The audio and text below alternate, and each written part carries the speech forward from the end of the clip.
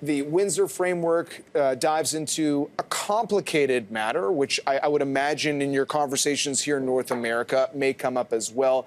Can you just give us, from your perspective, your vantage point, how you feel about where things stand right now? We're delighted that agreement has been reached now between the European Union and the United Kingdom government in relation to the protocol dealing with Northern Ireland and how Northern Ireland is to be dealt with in the context of Brexit. And really the focus here and the priority is to ensure that we can have east-west trade flows between Northern Ireland and Great Britain uninterrupted, and equally that we can ensure that there's no hard border on the island of Ireland and that we fully protect Ireland's place in the European single market.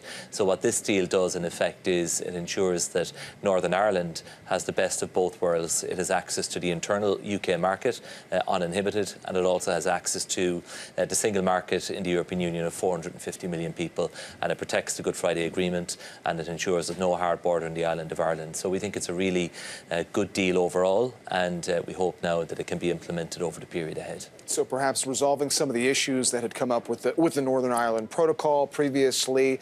Now, as part of your trip here in North America, it is a reminder that Ireland itself has many multinational investments as well. Can you walk us through just the importance of some of those relationships as well? These relationships are absolutely crucial. First of all, I'm here in the lead up to St. Patrick's Day, and it's a great opportunity for us to reach out to our diaspora to recognise the outstanding work of Irish community leaders here in Canada, and also to build relationships that will benefit Irish businesses and Canadian businesses as well. It's very much a two-way trading relationship.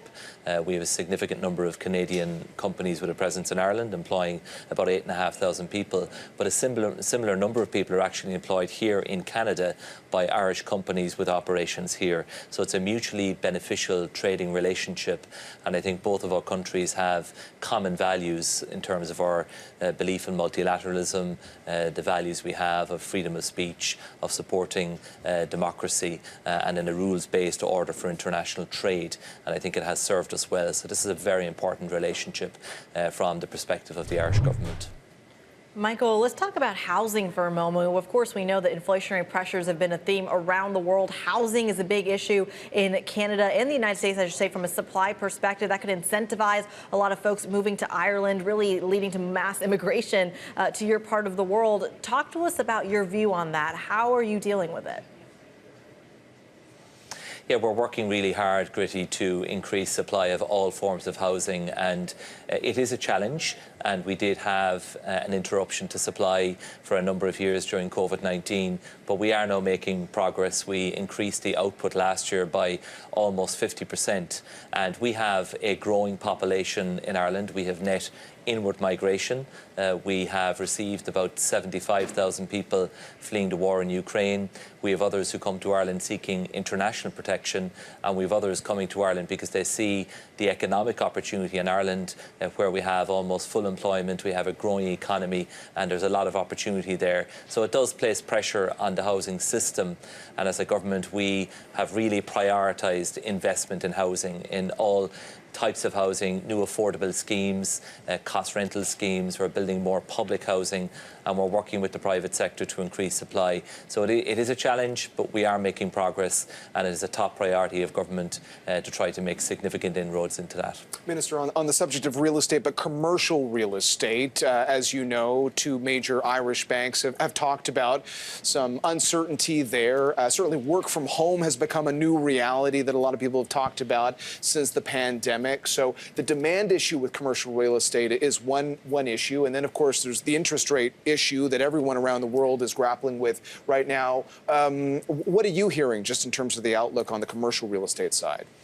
I think there is a degree of uncertainty there, and we have hybrid working now, which of course has changed the whole dynamic. In Ireland in recent years we saw major investment in commercial real estate, offices being built. I think it is likely that we will now see some reallocation of construction resources towards residential development, which will not be a bad thing. But from an Irish perspective in terms of our financial system. It's very well capitalised. The Irish banks have a very diverse portfolio in terms of the loans that they have offered out across residential, commercial real estate, renewable sector, FDI and indigenous businesses. So very diverse, very well spread, and there will always be a place for offices. And I think we will see continued investment, but probably some reallocation of resources to the construction of more homes into the future. Minister, briefly before we go, you mentioned St. Patrick's Day is around the corner. Of course, you're sporting a green tie today, and usually that marks the start of a sizable travel season to Ireland. Just in terms of the economic benefits, what are you going to be watching for this year? Well, tourism is a vital industry for Ireland, and we welcome all of our visitors from Canada, the United States and all over the world, and we think that the offering that we have is really good value. People enjoy the scenery, connecting in some cases with cousins and relatives they have back home, but Ireland's an absolutely beautiful country with so much to offer, and we welcome all of our visitors. We think it's going to be a really good season. A lot of people couldn't come for the last 2 or 3 years with COVID-19. Yeah. Restrictions are now gone, so please do come and enjoy our culture, enjoy our environment and all the wonderful things we have to offer in Ireland. All right, Minister, we appreciate your time today. Thanks very much. Thank you very much.